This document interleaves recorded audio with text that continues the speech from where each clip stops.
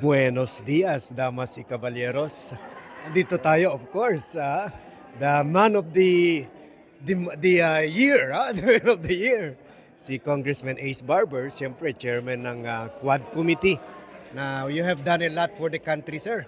At lalo na in putting up the basis to impeach Sara Duterte, and also the filing of several bills to make sure hindi na maulit yung ginagawa niya. So sir, what's in store? I believe you'll be going after mga trolls Okay. Well, and first of all, misinformation agents. yeah, I agree. Yeah. Fake news peddlers. We call Yes, it fake news yes, peddlers. yes. But first of all, I'd like to congratulate you, Arman. Thank you, sir. This blog is very Blogcaster. informative. Yes. This is the kind of blogging that we should have in the country para makatulong sa pagpakalat ng tamang news, hindi po fake news. And talking about that, Arman, the Congress now formed a joint committee of 3. No, we call it the TRICOM.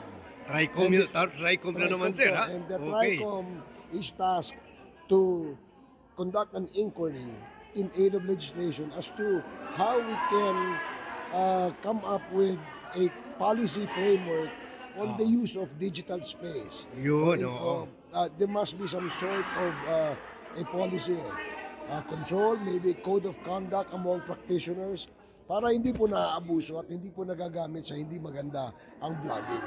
Anong committees ito, sir? That is, Tricom. Public Order and Safety, Okay. Committee on Public Information, and then Committee on Information, Communication, and Technology. Yan, oo.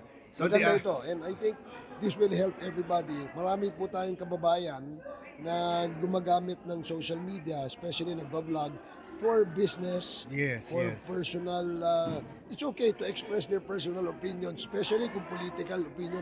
Wala ko tayong problema dyan. Sir, kahit politika, sir, bayaran yung karamihan. Yun lang masama, no? Yun lang yung trolling. Yeah, I think yeah. mali yun. For some politicians, for some groups. And when you peddle fake news, Yes, yes. yun ang masama.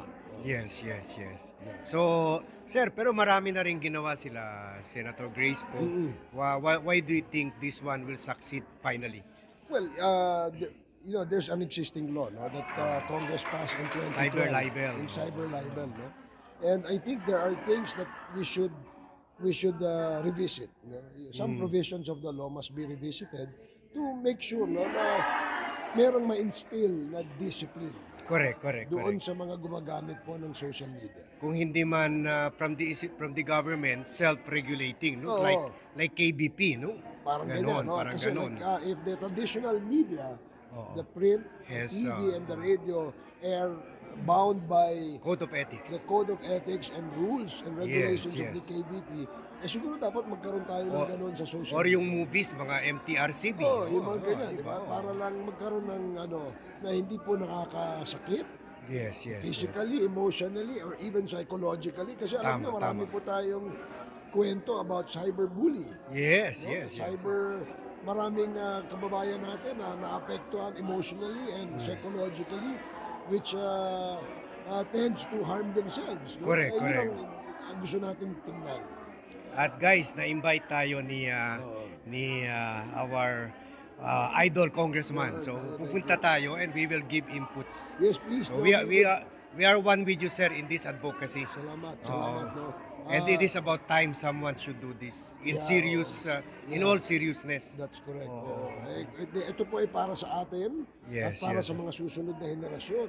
Kasi po, mahirap pong maging magamit ang social media sa hindi po magandang mga gawain.